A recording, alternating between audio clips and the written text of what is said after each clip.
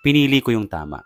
Na-experience nyo na ba yun na pinili nyo yung tama dahil yun ang makakabuti para sa inyong dalawa, pero yung sakit, parang pakiramdam nyo mali.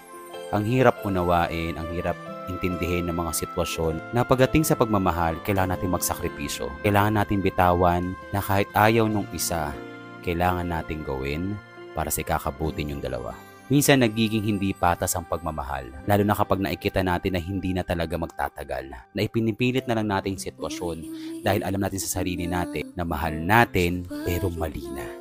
Lagi yung tatandaan, hindi madaling magdesisyon, lalo na kapag pakiramdam ninyo mali yung gagawin ninyo. Pero yung mali na yun, magiging tama siya balang araw, na sinakripisyo nyo yung pagmamahal para mapabuti kayong dalawa. Maari naman tayong manatili, pero kung ang mananaig ay ang komplikadong sitwasyon at pilit na pag-ibig na lang, kailangan nyo ng palayain.